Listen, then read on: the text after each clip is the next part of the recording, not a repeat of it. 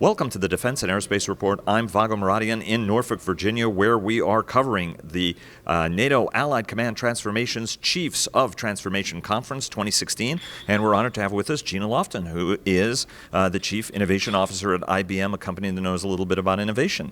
Absolutely, and we're happy to be here. What was your message to this conference? Obviously, it's the NATO's top innovation leaders that are here for a two-day conference, exchange ideas, learn new ideas and new approaches. Very few companies have the history of innovation that IBM does, literally stretching a century and a half. What are some of the messages you had for this audience? Well, some of the messages I had were talking about some of the innovations that are driving the future. One for our corporation, one for our commercial clients that we can help leverage in government spaces. So what are some of the things that we've learned from analytics and cognitive and healthcare and financial services that can be applied in the federal government?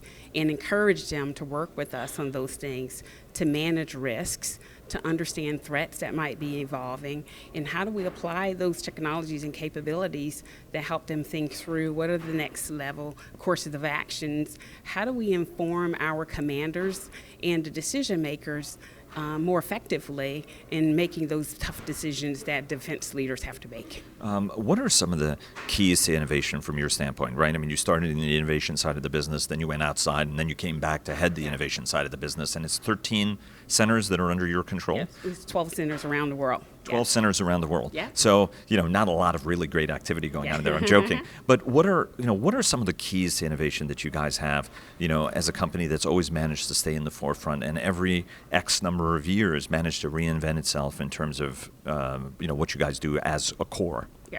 Well, one of our core things is think. And so we talked to them today about thinking. So how do we leverage what you have that can be applied in a new and different way? And then what are the gaps? And so when you think about innovation, it's not always what's bright and shiny new, right? It's about thinking differently about how to apply something more effectively and then fill the gaps with innovation, with invention. And that's what we do best in IBM and in IBM research, bringing what that next level of invention is to fill in those gaps and complete that technology or innovation roadmap. Insofar as you can tell us, what are some of the things, where are some of the things where you guys think some of the biggest breakthroughs are going to be happening? Yeah, and I'm sure you've heard it many times, but I'm going to reiterate it.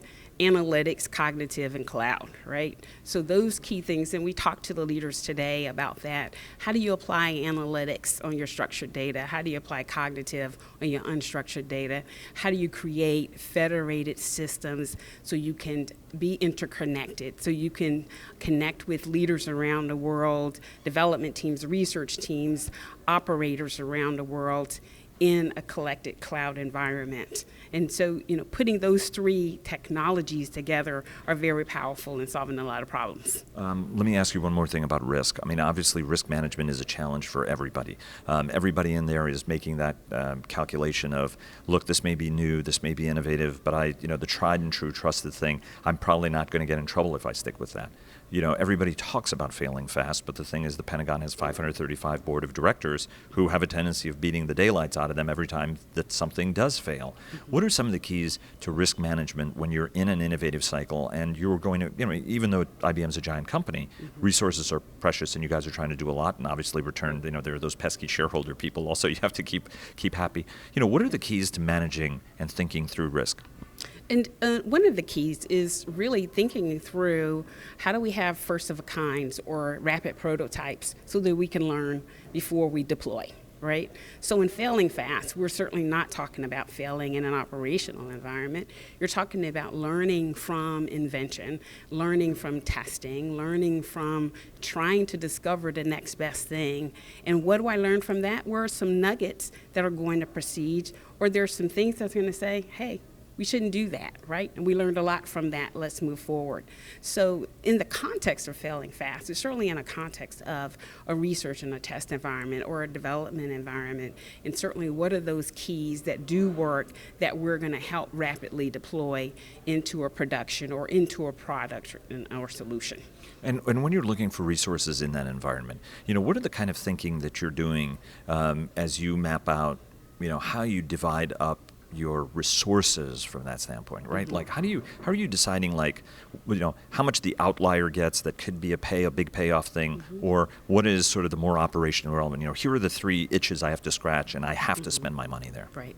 So we think about the problem first, right? So it's not innovation for the sake of, hey, thinking of something new. It's what are the big problems that we're trying to solve? And then you start being able to prioritize on those. So big problems, big impact for multiple industries. So that's how we do it. We prioritize around those things. What are some of the core things that we can do that work across industry? And what are some of the big things that we can do or small things that we can do that cause a big impact? And then we begin to look at that as our prioritization scheme of where to invest and where to put our resources. And last question, you mentioned earlier that you have like what you do in health, what you do in financial services, right? Because you guys are so distributed around them. Agriculture, defense, I mean, you're in everything.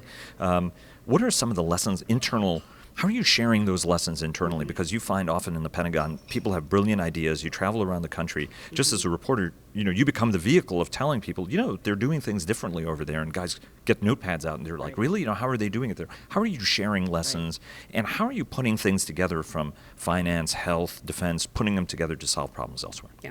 So we work together across multiple industries. So we have industry leaders that talk, and we collaborate on saying, what are some of the core solutions that can be shared across these industries? What are some of the common problem sets that we're solving together? So, then we can use those technologies and then just add differentiators. What I might use in healthcare, I might be able to use in financial services, or certainly, apply it to government. So, being able to have a connected organization where we communicate about our advances, where we're sharing from research to development teams what's available, what's coming next, in a collaborative DevOps environment where people can choose what are they using. So creating an API catalog, if you will, that say, hey, I like that, that's going to be useful to me in this solution, and being able to create their own solutions in this very composable environment. Gina, thanks so much, and have a great holiday. All right, thanks.